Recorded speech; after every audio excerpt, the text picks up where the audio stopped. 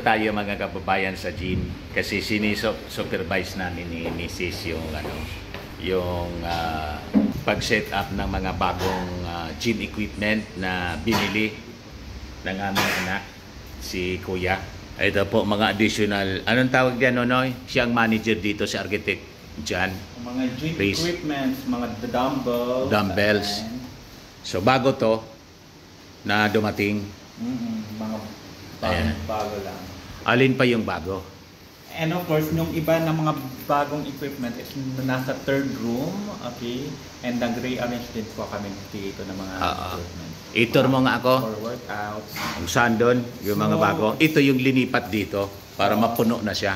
Punong-puno na. Usually, dito sa first room, we have mga chest workouts, okay? And of course, yung mga core workouts ay andito din, okay? Meron din tayo dito na equipment for your back and shoulder, ayan.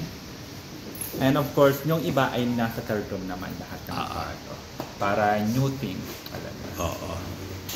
Punta natin. Ayan, si Architect Jan yung manager dito. Mga kababayan. Tapos ito yung mga mga paninda namin dito. Ito yung dati namin. Mataon mamaya mas lalong dodoble yung tao rito.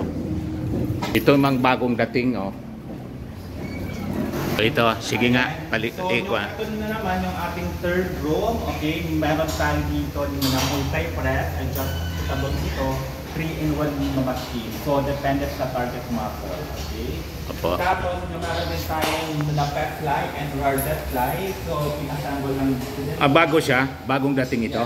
Yung ito ay yung all equipment to, din-assemble lang para nyo ma-arrange lang ka ng maayos. Para ma-arrange kasi siyempre dumagdag tayo ng gym equipment. Yung mabigat din ang pagbuhat. Tapos yung ito ay yung mga racks, okay? Para sa barbell, okay? Tapos yung meron tayong machine.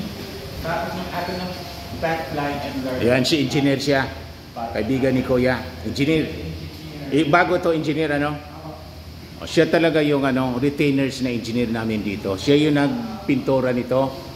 Pati, hindi kayo lahat pala to air condition na. Yes. Fully air condition na tayo. Yes. Actually, si engineer din yung nag-install ng ating electrical. Kaya ang ganda ng electrical namin dito. So, anong tawag yan? Ang Smith ito? Machine.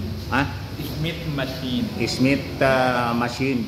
So usually yung atong equipment, halos lahat na mga workouts ay pwede nyo po nang gawin dito. From back, legs, chest, lahat. Okay. So bagong bili ito. Kadarating lang isang truck ito kanina, no? Yes, isang truck po yan. Tapos yung mamaya, okay, ipag-install din yung ating 3-row machine. Dito naman sa area. Dito sa area ito. Tapos yung ibang equipment like yung mga dumbbells natin, okay? We have our roof deck, so doon na naman ilalagay yung mga dumbbells na for exterior. Para yung ma-maximize natin yung space dito. So buong third floor occupied natin, tapos yung roof deck plus roof deck ay kasama din for all the cardio workout. So aros tayo na yung pinakamalaki rito na na gym. And we will be expanding mga kababayan in the future. Ito nga expansion na rin ito namin actually kasi yung dati na original na pinili, di ba? Ito lang, dalawa lang siyang room. Tapos naging tatlo.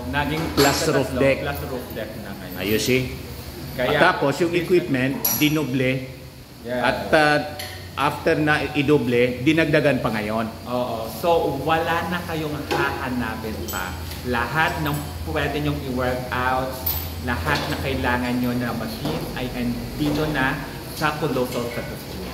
Invite mo na yung ating mga mga mahihilig mag-gym. Ayan, so I'm inviting everyone, lahat ng ating mga gym goers. Pwede po kayo pumunta dito sa Legazpi City. Hanapin nyo lang po sa inyong Google Map, okay? Ang Colossal Fitness Gym. And take note po, napakaganda din ng mga reviews, okay? Ng ating mga clients locally and of course international. International na pala tayo kasi pati yung mga Europeans, Yes. Americans, and ano pa, Indians. Yes. So usually, okay, bago sila, okay, magbakasyon dito sa Bicol, if ever na kumbaga, yung napupunta sila dito, hindi nila kinakalimutan na mag-gym at pumunta dito sa Colloquial Fitness Gym para mag-workout every day. Yes. Maraming salamat, manager. So thank you so much. Ayan. So yan po mga kababayan, yung anak ko architect pero nakahilig sa gym. Ang galing-galing na po mga kababayan. Kaya dito muna sila. Kasi nagtatrabaho doon, nag-symbol po. Ito yung original mga kababayan. Nasa gitna siya. Lahat ito fully air condition po. Yan ang aircon. No? Kasi mainit na eh. Dati walang aircon siya. Isang room lang yung nasa yung may aircon sa amin. Ito yung dating fully air condition po. Inubos na namin. So ito siya yung iba. Kadarating lang nito mga kababayan ngayon. Tapos ito, locker siya. In order ni Kuya para yung mga gamit ilalagay dito yung mga gamit, safe sila para hindi mawala po. Yan ang baba ng aming gym. Medyo magulo pa ngayon kasi siyempre tinambak mo na rito yung mga gamit. Sila yung mga coaches namin, no? Yan mga coaches namin. Patabi lang namin yung Pacific Mall, mga kababayan. Akyat tayo dito. Ito yung papuntang roof deck namin. Akyat tayo dito sa roof deck. Kaya napakalaki na ng aming gym mga kababayan. Ito siya. Oh. Nag-symbol pala rito. Ito yung mga pogi namin na mga content creators na rin. Ito yung nakikita ninyo. Mga kababayan na gumagawa ng kung ano-anong kalukuhan nila. Nagsama-sama sila. Mga kababayan sa paggawa. Yan. Ang tawag dyan, rack, dumbbell rack. Dito na siya para hindi na masyado siksikan doon. Yung pwedeng dito sa sa taas sa roof deck, dito na ilalagay. Maganda rito mga kababayan sa roof deck kasi kitang-kita yung paligid, oh. Di ba? Mayon Volcano. Yan ang Mayon Volcano po, oh. Pag nag-erupt yung Mayon Volcano, kitang-kita dito at mahangin po dito. Tapos may plano pa rito si Kuya. Maglalagay dito ng mga ang tawag doon, payong-payong para may sila pag mainit, may masilungan. Maglalagay diyan ng payong-payong, tapos kung may mga snacks na konti, merienda, makapag-merienda. Di ba? Hindi magutom yung ating mga gym goers. Maglalagay ng mga refreshments dito na konti para consumption lang ng mga pumupunta rito po mga kababayan.